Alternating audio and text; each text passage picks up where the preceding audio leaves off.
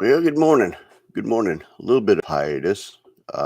Every single time I try to go live, life gets in the way. So this morning I got up a little early and made 100% sure that I could go live. I'm still not 100% awake, but at least we have coffee and we've got notes and we got stuff to talk about. So, first things first, good morning and thank you for joining. eBay sales has been slowing down a little bit, but statistics have been going down. But I'm still selling stuff. So that's kind of interesting. I haven't been feeding the beast. I have been working on wax projects. So if you can tell, there's a whole ton of wax. There's a ton that is coming in. I have been working on the card show upcoming. I don't want to mess with it, but there's stacks of cards all over. The room is much cleaner because I couldn't stand it being trashed. The other room is cleaner because I couldn't have it stashed. I did a bunch of ordering of supplies and boxes for projects. Started a TTM project, and I know Ken's going to say, well, how many cards did you put on eBay? I hit my sales goal this month yesterday. So I've kind of been taking the time to catch up on paperwork, get the paperwork ready for this month, trying to get ahead a little bit instead of being behind. Now, that being said, I'm still trying to figure out the balance between the card show upcoming and eBay. And what I've come to the conclusion is I'm going to just list stuff on eBay and then turn the eBay store off, create another list of what is on eBay that I'm taking to the show. And then as we sell it, mark it off or do an inventory when we come back to make 100% sure, and then pull it from eBay inventory and then turn the engine back on. So that's how we're going to handle that. On the unopened front, there was a target drop this weekend, or on Wednesday. There was Chronicle draft picks, football. There was Prisms draft picks, football, Prism basketball, Mosaic, UEFA, soccer. I was able to get some Chronicles blasters, so Prism megas and blasters. Thank you, David, for that. Was with his help, I was able to do that. And then I was in Walmart and I picked up Gypsy Queen blasters, opening day blasters, upper deck, Alexis Lafreniere boxes, women's soccer boxes. I've got Score coming in today. I'm going to have plenty of wax for the show upcoming. That being said, no more buying for the rest of the month. I know that's a couple of days, but no more buying for at least before the show. And hey, Mark, what's up? And at least after the show. So absolutely in a pure sales mode from now until at least 3/4 of next month, because I've got a whole bunch of product and I need to do some sales. Luckily, we've got the upcoming card show. Otherwise, I probably would have bought differently. I've got some ideas of some players that I identified. I've got my eye on some vintage that I want to buy. Some players that I want to buy and I'm building a list of key Hall of Fame, or at least good Hall of Fame cards of living Hall of Famers. So there is some projects upcoming. What I'm trying to do is I'm a fan of TTM. So I've got, we've seen these before. I've got the Haley Deegan. I've got the Will Clark. I've got IKF. I've got Ryan Sandberg. And then I've got Jerry Jones. Plus, I've got a photo, if you give me just a second.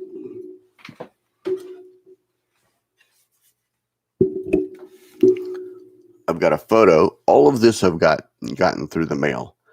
And this was inspired by a video or a podcast by the baseball card collector, Mike Moynihan. And what I'm going to do is get these authenticated and encapsulated Hall of Fame players autographed and various other local stars, get them PSA authenticated and slabbed, and then another semi-vertical or another, but it's a fun project because I love TTMs. Just something a little bit different. And I'm not going to go all in. I'm not going to go hog wild. I'm not going to do, I don't know, one or two a day, or do one or two a week. Hey, Tom, do one or two a week, or one or two a day, or one or two a month, or something like that, and just let them come out or go out 5 a week, whatever. And then when they come back, check to see if they're actually authenticated, and if so, send them off to PSA DNA to be encapsulated. Something different. But I enjoy TTM, so it's a fun project, and it's one based out of enjoyment, and it's not a grind. It's not the grind. It is a different project, and I'm not going to take it seriously. It's not going to be a huge, but it's different. It's just different. So that was inspired by Mike Moynihan. So I appreciate that, Mike. In consignment, I've got boxes that are coming in for bulk. I told you earlier, I ordered those online. My goal is for them to come in before the show. I didn't buy a ton, but I bought enough to have at least one for every player that I have now, so that I can take those to the show. So that's good. That's a good. On the content creation side, the reason why I haven't gone live is all the information so far has been on the national, and I'm not really at the national, so I really didn't want to do it. I've also had some stuff happen this week in personal life and family, so that kind of distracted me as well and took me off of a path. That could be another reason why I needed different things to distract me. But that's the way it goes.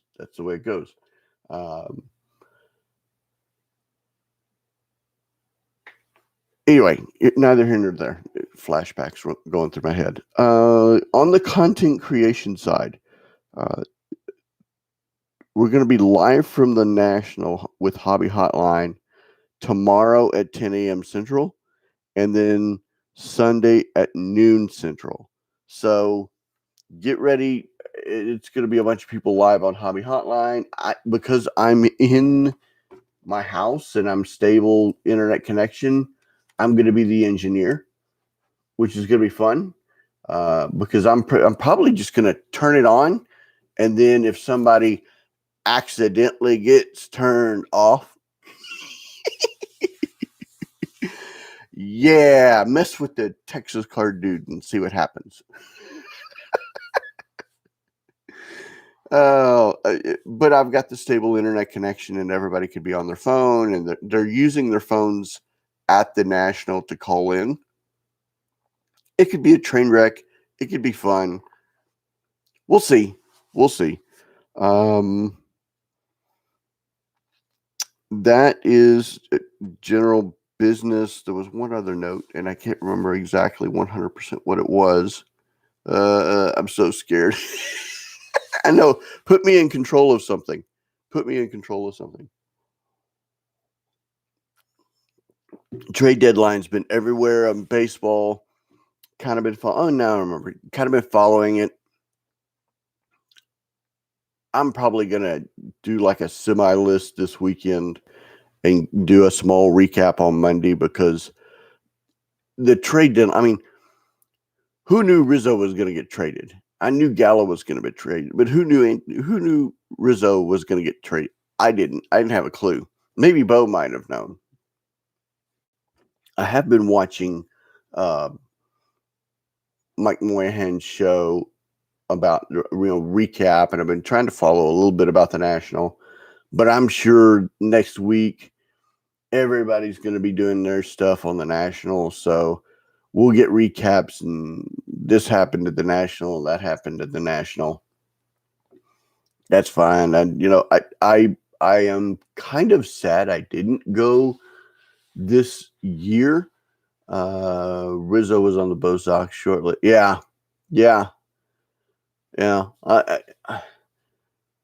The trade deadlines are all over the place. So we've got another, if I remember right, another day of it, another day and a half of it. So I'm gonna let it cool off, and then I'm gonna go do. There's a couple of hyperlinks that I've got that can show all the trades that happened at the trade deadline.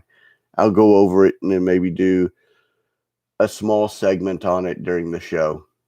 So I am kind of sad that I didn't go, but I'm kind of glad I did, because there's no way I could have prepped for the August show in Texarkana and go to the National. It wouldn't have happened. So I probably wouldn't be doing the August show if I went to the National. But anyway, let's go on news and notes. So fans are attending the Tokyo games in small amounts, which is very, very interesting. They said that they weren't going to, especially with COVID on the rise, and COVID's still on the rise, but they're allowing 50% capacity at the Tokyo games. PWCC sold a 2017 National Treasure Shield Mahomes 101 for $4.3 million. And this is now the most expensive football card. But what was interesting is it's an 8.5 on Beckett. It wasn't PSA. It wasn't a 9 or a 10. What it tells me is that there is a demand for 7s and 8s. There's a demand for vintage 2s and 3s and 4s, or 2s and 3s and 1s, which we didn't get a whole big flash of or notice of in the hobby for the past year. Everything has been high. I want high grades. I want high. Well, what about the PSA 1s, 2s, or even the BGS or SJ, the 1s, the 2s, 3s? Why aren't those getting the hype, or why aren't those getting what they need? And are those prices overinflated as well? I have a gentleman that has a bunch of low end vintage that he gave me a list of. I think his pricing is high on it, but he's got Mantle, he's got Maze, he's got the big names. They're just low end cards. Tom, I sent you that list. I think his pricing is a little high, and it's not PSA. But if I can, for lack of a better phrase, buy it right, or get it on the discount or whatever, then I might be able to. Oh, my 12 o'clock appointment just got pushed. So I guess that's good and bad at the same time.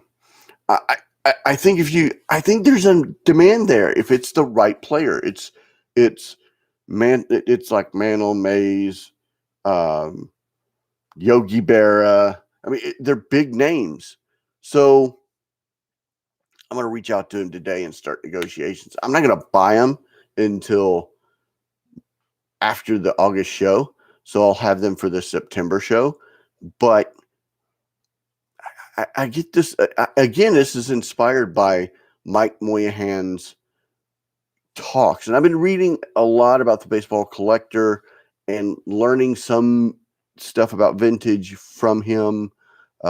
Mark and I at some point in time are going to go live and talk about the vintage market. We are going to go live and talk about just a lot of vintage. Tom and Robin and I talked a little bit about vintage. Tom does have vintage. And I want to, I don't want to say I want to jump all in, but of certain players, of 2 or 3 cards here and there, I just think I'm kind of not missing out, but not taking advantage of an area that I like.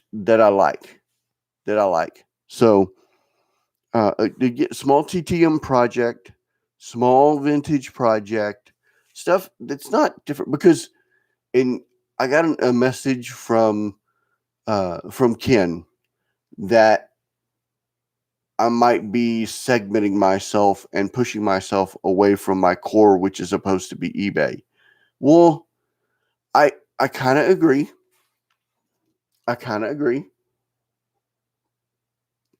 But guys, sitting at a computer all day long, pounding on eBay, that's hard, and that's not fun, and that's hard. And yes, it is the core of my business, but you cannot sit 30 days in a row at a computer and pound 50 listings a day. It's boring. It's very boring. And maybe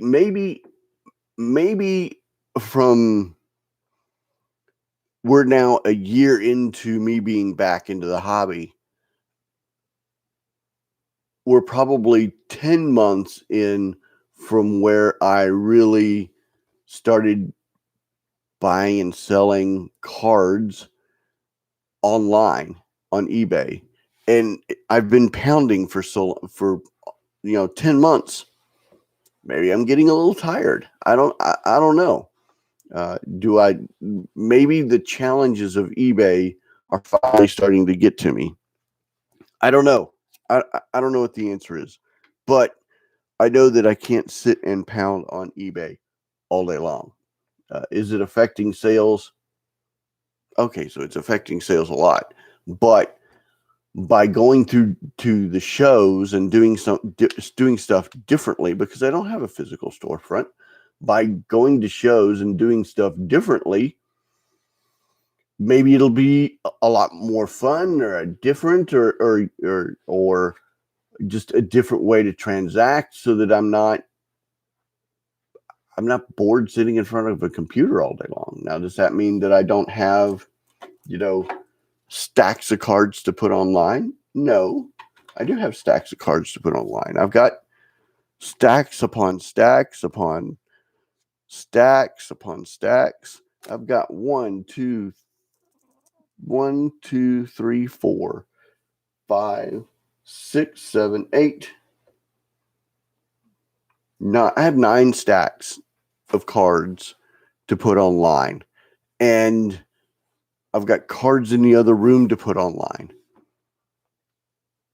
I don't know. We'll see. All right. I went off into a tangent, but we'll get back online here. So Dibs has got a $13 million funding round. That's a fractional sports card marketplace. They instantly allow you to instantly trade cards. Kind of a pseudo instant stock market type thing. They got an earlier round, bringing their total income within the past 6 months to 15.8 million raised. That's a lot of money raised. So Gibbs has done a lot of raising. Are they going to do enough to entice people into the marketplace? I don't know.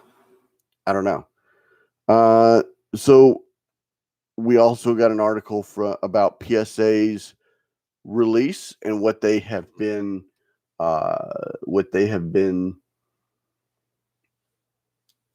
the goings on and how many cards they've been grading.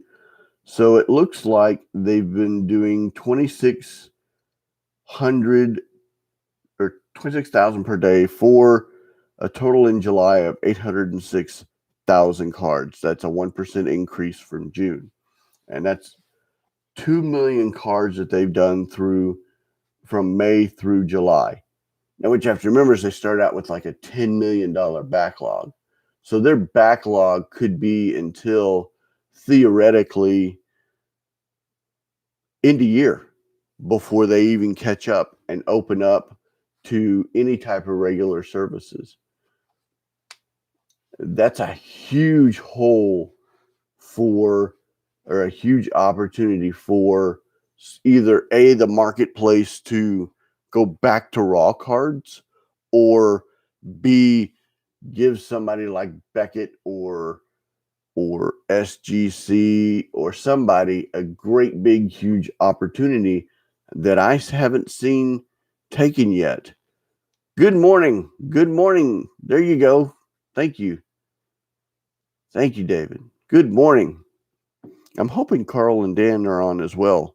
I haven't talked to them in a couple of days. I talked to Carl a couple of days ago. That was a lot of fun. Anyway, so some more statistics. Hold on to your hat, folks. All right, so 240,000 basketball cards. Are you freaking kidding me? So if you want basketball, you're about to get flooded with it.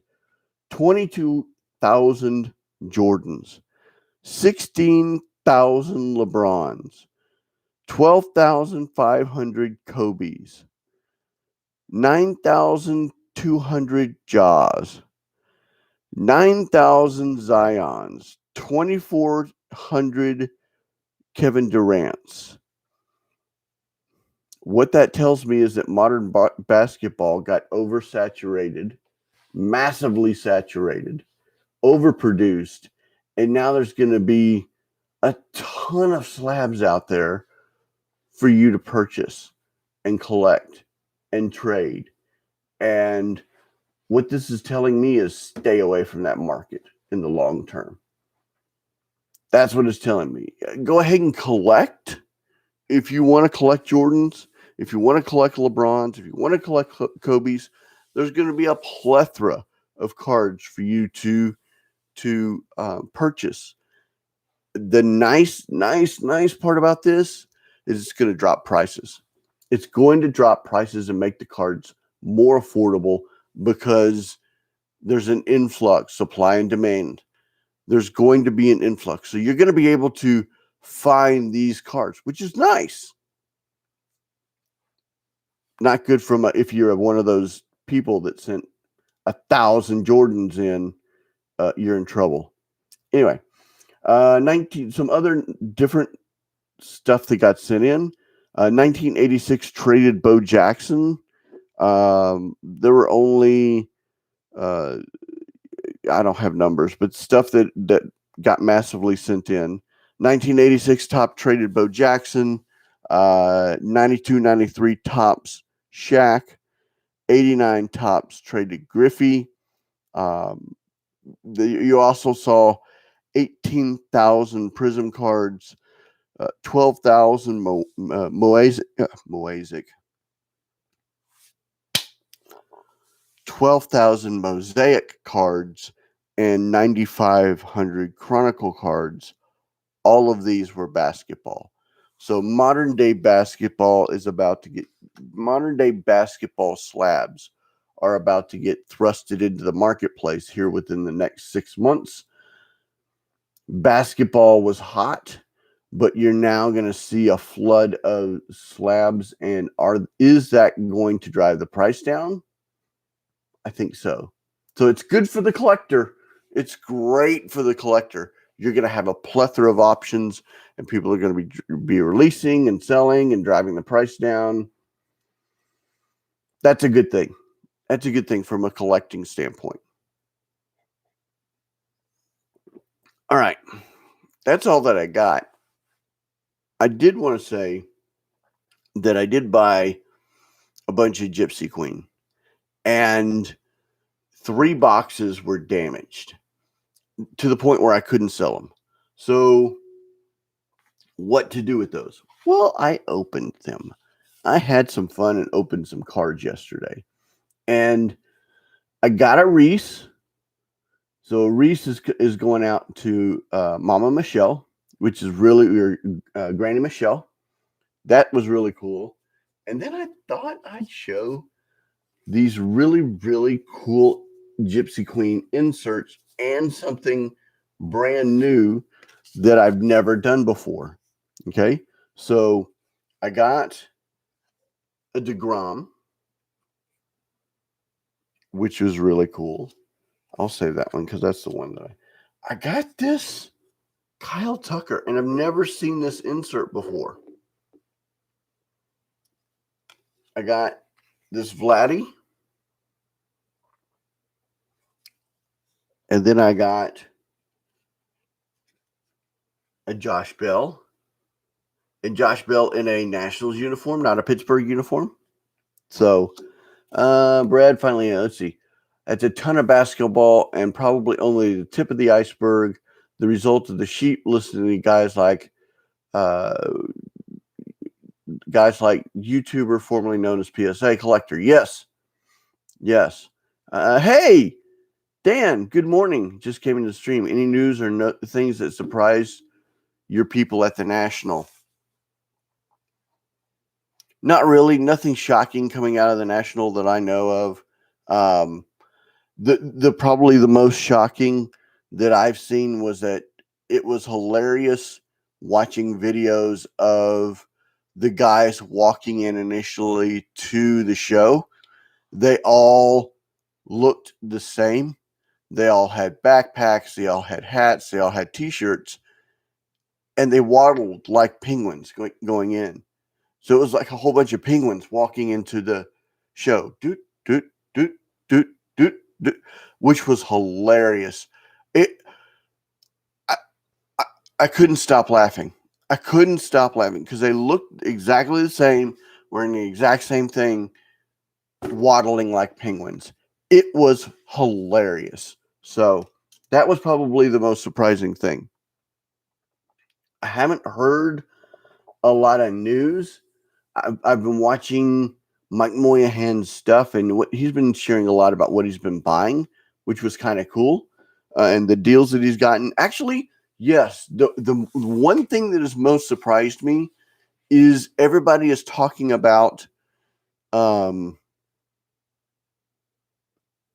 much vintage is at the National, where I thought there was going to be a ton of modern. Apparently, there's a ton more of vintage, which I love. I absolutely love. And why is that?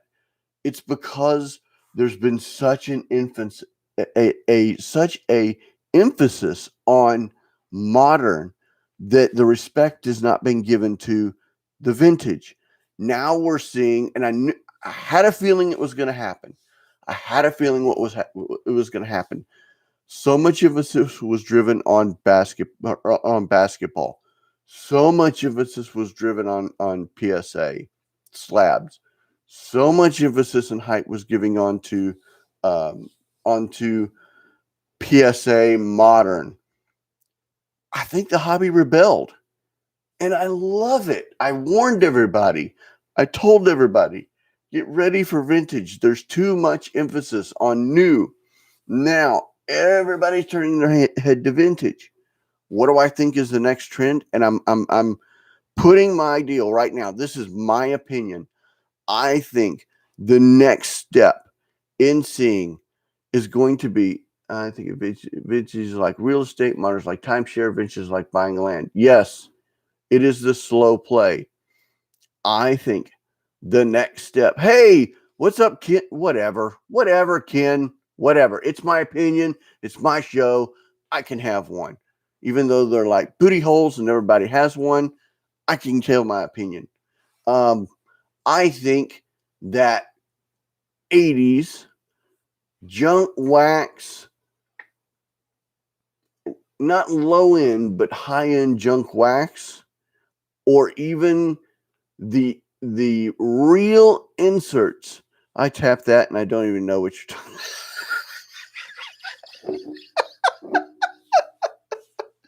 That's silly. I honestly think that there's a hole for junk wax inserts and not the basketball sets, mid set, not what they call inserts, 90s inserts. I'm talking about the 1980s send in rapper redemptions, the 1980s sets that had the 5 cards at the end, the Topps gold inserts. I think we haven't yet hit that. We hit it just for a second. Could that be the next possible trend? I don't know. I know nothing. My name is Brad, and according to Ken, my opinion blows. Okay, so here's the other one that I pulled, and this is really sweet. I want to make sure I get that. There it is. Ronald Acuna green, and this is the first time. Let's see if this will show.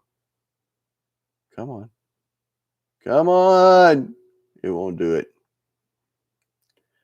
But it's a 99 of 99.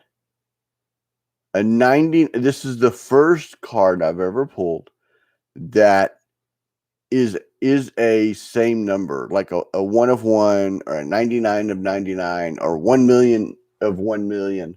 This is the first one I've ever pulled. So this is kind of a cool card to me. I kind of dig it. I also pulled these. Come on, there we go. These captain cards. And I don't know a lot about them. But look, it's Juan Soto. And they're different. They're tobacco sizes. It's Austin Meadows. And then it's, there we go. So those are kind of cool. And then, is he in? He is here. Where is it? I have a card to show, and I know somebody who is online who is going to absolutely love the card. I just have to find it. So give me just a second. And there it is. It's coming your way, dog. It's coming your way as a thank you. Look, Brian Hayes. That's coming your way. Thank you, David. That is coming your way. So I've got the Reese to send out, and I've got this Brian Hayes. I've got an order to place or to send out, and then I'm going to send these 2 out as well. I've got to make sure. Good morning, Michael. I got to make sure that I get those out today so they start headed your way. Let's see. Ken, I thought I was going to be way behind on watching YouTube videos because of the Olympics, but I'm not. I think there's less content being produced over the last couple of weeks. I agree. I think people are either getting burned out or they're not sticking like everybody predicted. Because it's, dude, doing a show is hard. I mean, it's trying to pull information together. Unless you're doing a show similar to what you're doing on your basis, Ken, of going online whenever, then it's kind of tough. It's kind of tough. Yes, David, it's going your way. Michael, you owe me a phone call. You owe me a phone call. Um, I know we're going to talk on the next week, and I'll share this. Next Wednesday night, we are going to go live with Michael and a friend of mine, Jason, and we're going to talk about how eBay helped worsen the the downturn that we're in. We can statistically point to the date and time that it actually happened, and it's based upon recommended specifics. So we all knew that there was going to be a dip. We all knew that at this point in time, it happens every year except for 2020. 2020 was a fluke, but it happens every year in the hobby at this time. What nobody expected was eBay to screw everybody like they did by turning on recommended specifics. And that's a HSO right there. That's a hot sports card opinion. And it's gonna be hot. And that's next Wednesday. And I believe that's 9 a.m. Central or 9 p.m. Central is when we're going to, if I remember right. And the time kind of escapes me. Give me just a second.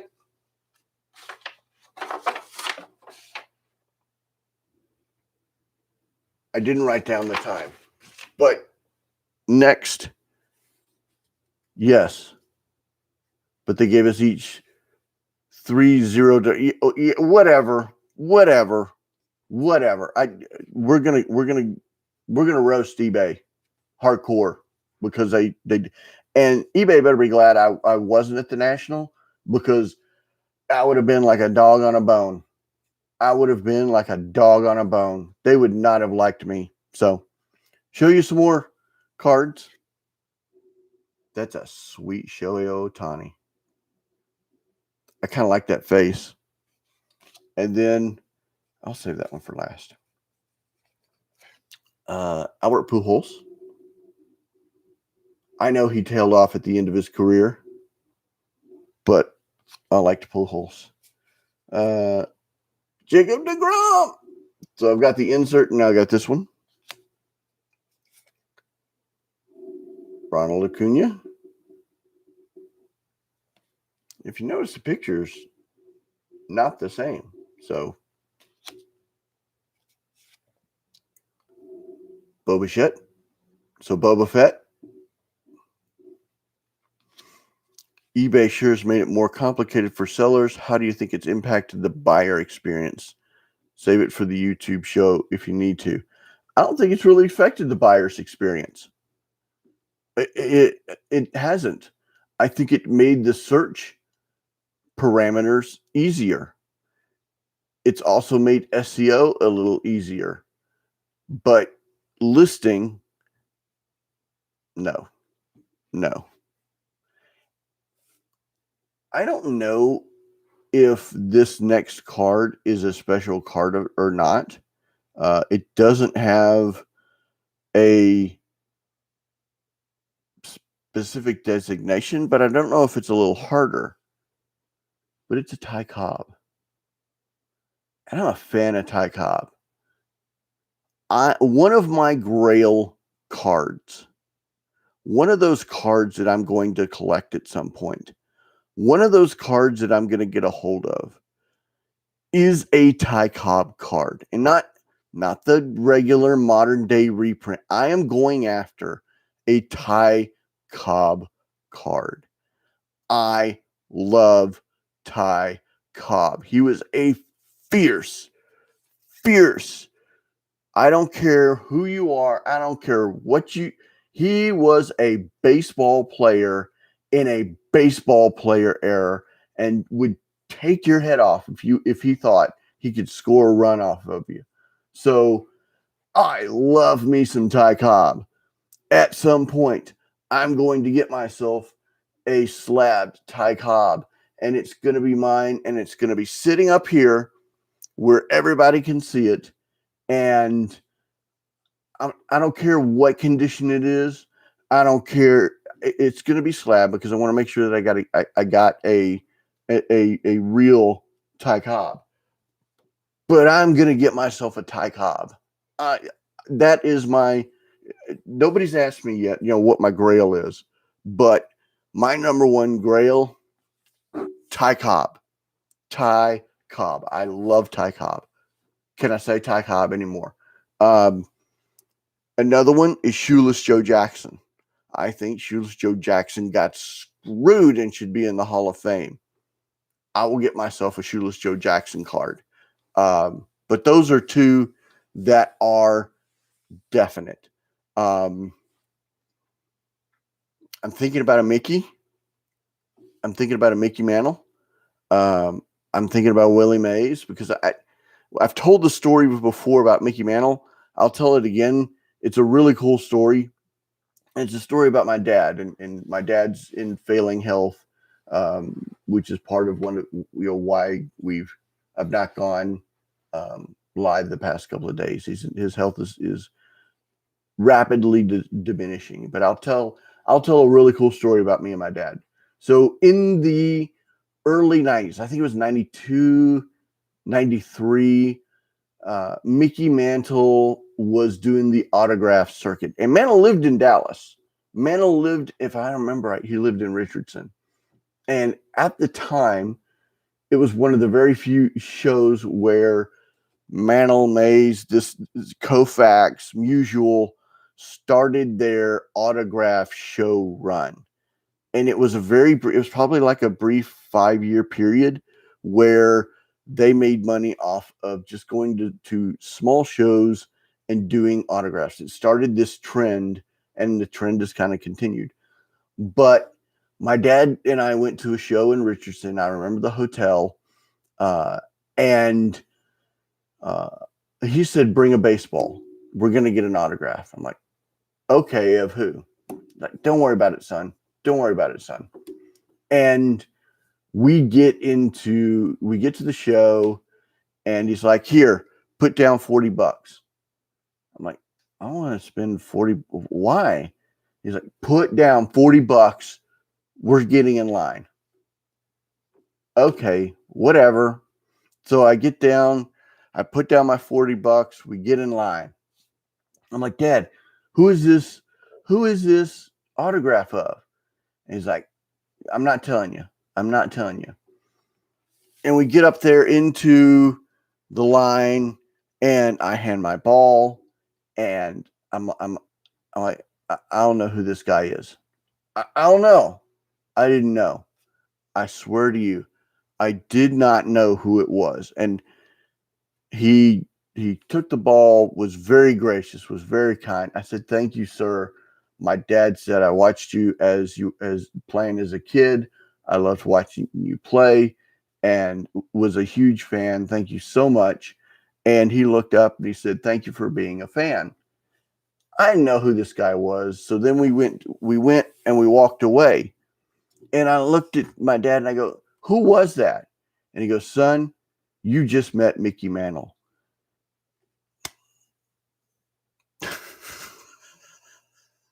I didn't even know it. I didn't even know it. That is, of course, that's a story that'll stay in my mind forever and will be probably one of the coolest moments between my dad and I that I will remember. There were not a lot, but that is one moment that I can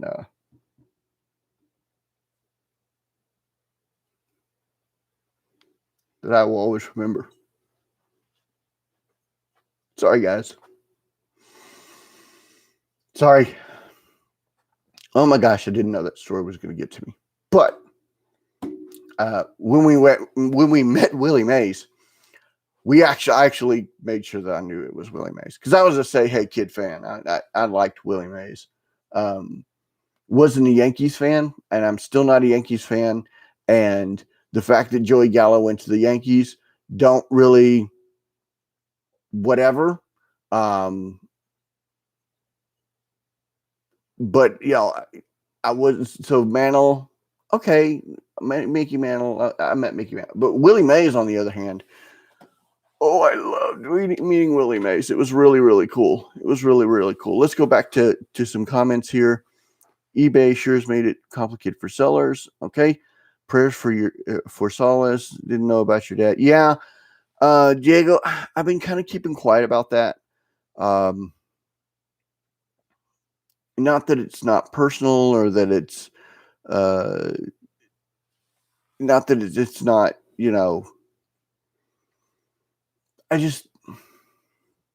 I don't know. There's just certain things that I'll keep private. What's going on? Those of you who are close and we talk on a regular basis. That those who are in the know. But I don't know. I just don't think that y'all need to hear these problems. So I'll tell you the stories. But y'all don't need to hear that. We're here to have fun and talk about baseball. So let's see. But thank you for your prayers. Seeing this eBay seller tool, guessing the changes to recommend specifics was something they needed to put in place for that. I think it's something deeper than that. I think there's something else brewing on the back end, Keppel. Let's see. Is the next step eBay takes having charts and graphs like StarStock or other data aggregators right within eBay for buyers to see? Very interesting. I'm going to write that down and we're going to talk about that on Wednesday. I think there's going to be more to that story. I think there's going to be like a PSA set registry, and eBay's real value is not the online sales. I don't care what you say, they're getting commission about the online sales. The most valuable asset that they have is their data. And think about the type of data that eBay has. That is their most value. Not only do they have buying and selling, now they can tell marketing trends. And now they have so much data on your and mine. So I'm going to say my search habits and my spending habits and my listing habits. That's deadly, man. That's deadly for marketing. So could we see advertising? Thank you, Dan. Thank you, Dan. Could we see advertising? Could we see some back end stuff, or are they selling it? Are they flat out selling it? I don't know. But that back end data, that's more important than anything else, or more valuable. So let's see. We've got Diego says, thanks for sharing the story. You're welcome. Tom, you will convert sooner or later. I will convert sooner or later at some point. I'm not going to go all in because there's certain players. I like Bo Bichette. I think I'm probably going to end up sending about 50 bazillion cards to Bo Bichette through the mail to try to get Bo Bichette autographs. I like Vladdy. I like Vladdy Jr., so I'll probably send 50 bazillion cards to Vladdy to try to get a TTM. I like Elvis Anders. I've sent several, and probably in the double digits, 15 cards to Elvis to try to get an Elvis autograph, because I saw Elvis, and this, I'll tell a story about my daughter and one of my best friends, John Orhood. I don't know if you know John, Tom, or not, but I've known John since 89, 88. But Elvis started out in the Texas farm system, and my daughter and I had season tickets to the Frisco Rough Riders when she was younger, and it was all you can eat. Small little fact: I never saw a little girl eat all you can eat.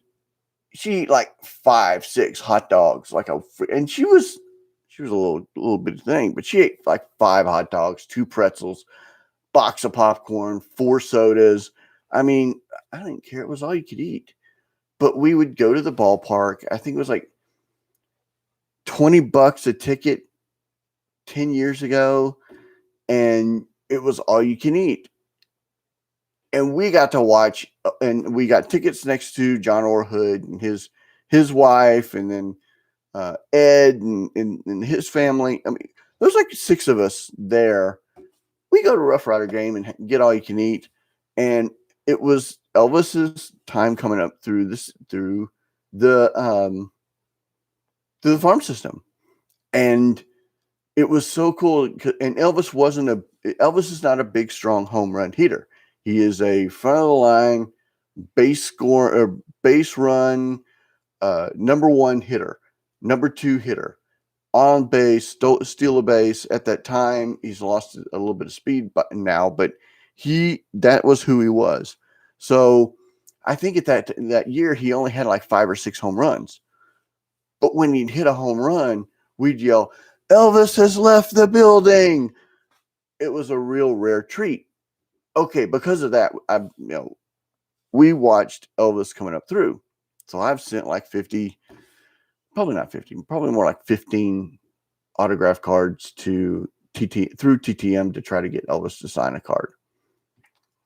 That's the type of TTM project that I'm talking about. Players that I like, number 1, and then Hall of Fame players, trying to get them autographed and then certified. And I'll tell you, let me grab the sheet. I went to the Baseball Hall of Fame and got living members of the Baseball Hall of Fame. And this is the most recent list. I'll give you a couple that I started. Robin Yount, Dave Winfield, Larry Walker, Alan Trammell, Big Hurt, Jim Thome, Joe Torre. We'll go a little bit further back. Lee Smith, Rhino, Mike Schmidt. I plan on trying to get a couple of Mike Schmidt autographs because I think that's cool. Nolan, Pudge Rodriguez, Mariano Rivera, Jim Rice, Mike Piazza, Jim Palmer, Mike Mussina, Eddie Murray, Blackjack Morris, Paul Molitor. The oldest living, of course, is Willie Mays. Let me see here. Goose Gossage, Vlad Guerrero, Ricky Henderson, Reggie Jackson, Fergie. And Fergie says he loves signing for fans. Andy was a Texas Ranger. So a local guy, Hall of Famer, loves signing. Whitey Herzog. Let's see. Sandy Koufax, Barry Larkin, Tony La Russa, Greg Maddux, Randy Johnson. Let's see. There's an Elvis Andrus Tier 1 auto to 300%. Oh! Dan, can you send me a link?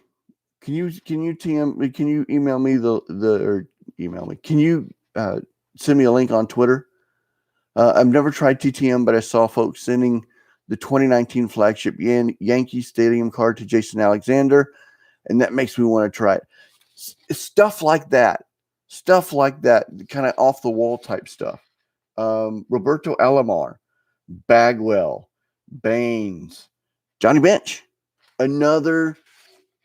Okay, so here's another big deal of mine. For some reason, I love catchers.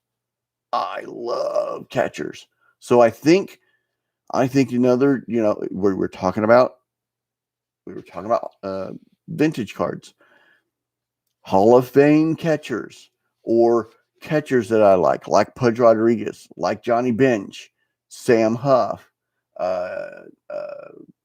Sean Murphy. Just, I love the catcher position. I love the catcher position, and maybe because I in softball I played catcher, maybe that could be why. But I like the position. Carlton Fisk, the Hawk.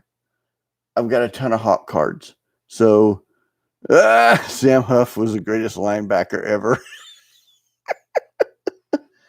Let's see. Rod Carew, George Brett, Wade Boggs, Burt Blyleven, Dennis Eckersley, Raleigh Finger. I mean, there's just a list of really good, cool Hall of Famers that are alive that even if I have to go through a private signing or just straight TTM, we're going to try this project. And Ken, I said this earlier, I don't remember if you were on or not. It's not an all-in thing. It's not a do a heavy push.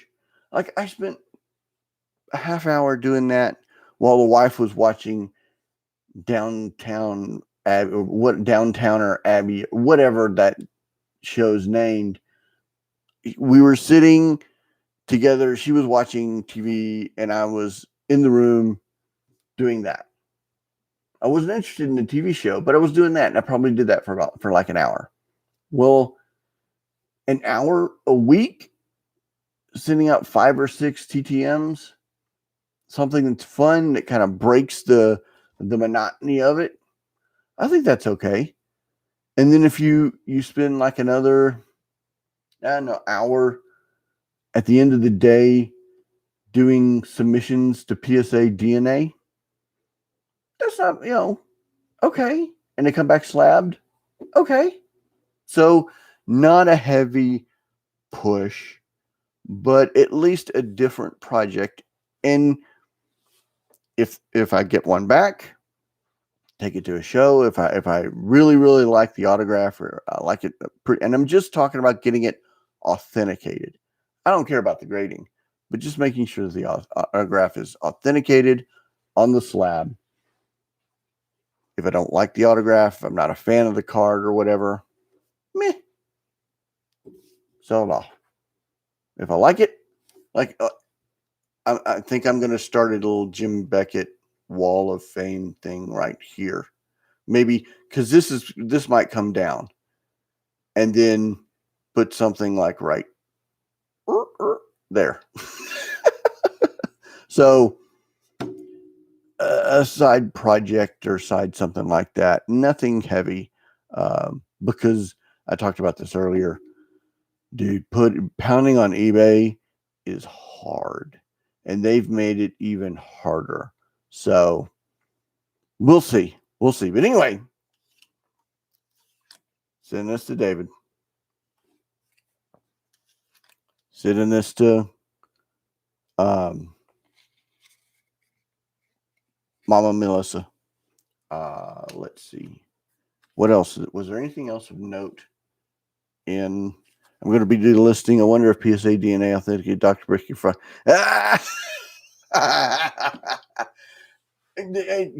So what he's talking about is during the last Dallas card show, not this one, but the before, there was a huge content creators deal dinner. Dr. Becker was kind enough to give us the card with his autograph on it. And I've shown it before. If I didn't get up and show my white legs and everybody just rag me for my white legs, I would get up and go get it and show everybody. I may pull that card and show it on Monday, but that would be an interesting one to get slabbed and then have it on a Wall of Fame slab. That would be kind of funny to have.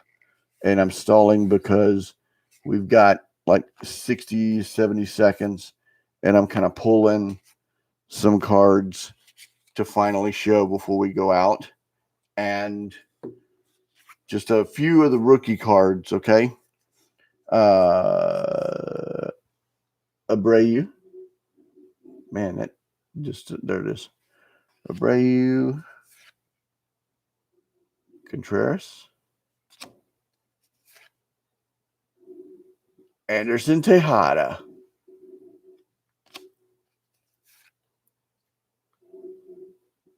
Scobal.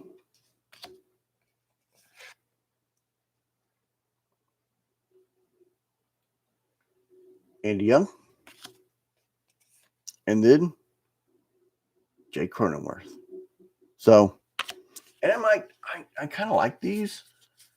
Maybe for a couple of the modern guys, I kind of like the way the cards look. I might send a couple of these off. I may go through. I've got a stack that I was going to just put on Sport Lots and blaze through them real quick. I may go through and send a couple off just to see if there's anybody y'all want to know if I've got cards of for this stack before I throw them on Sport Lots. Let me know, and I'll see if I've got a couple too. And I've got some green. I didn't show the green inserts, but in each blaster pack you get a green insert. Let me thumb through it real quick. Like Buster Posey. One of the coolest ones. I'll probably send this one off. Manny Macchiato, Dubon, Kettle Marte. Let's see, Tyler Houck. You have a surprise coming in the mail, Ken, by the way. Bellinger.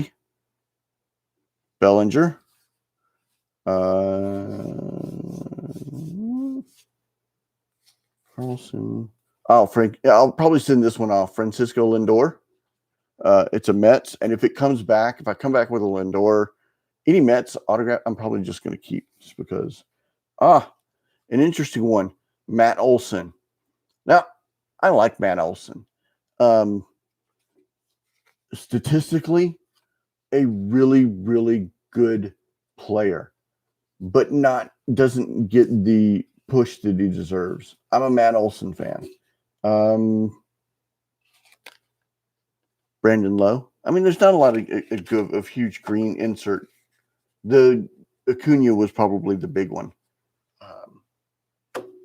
But that's what I got.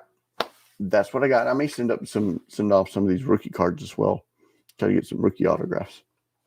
That's what I got. If you have any prayers, then pray me up or let me know. Have a good weekend, and I will keep you and the family in my prayers. Thank you very much. Thank you very much. I appreciate that, David.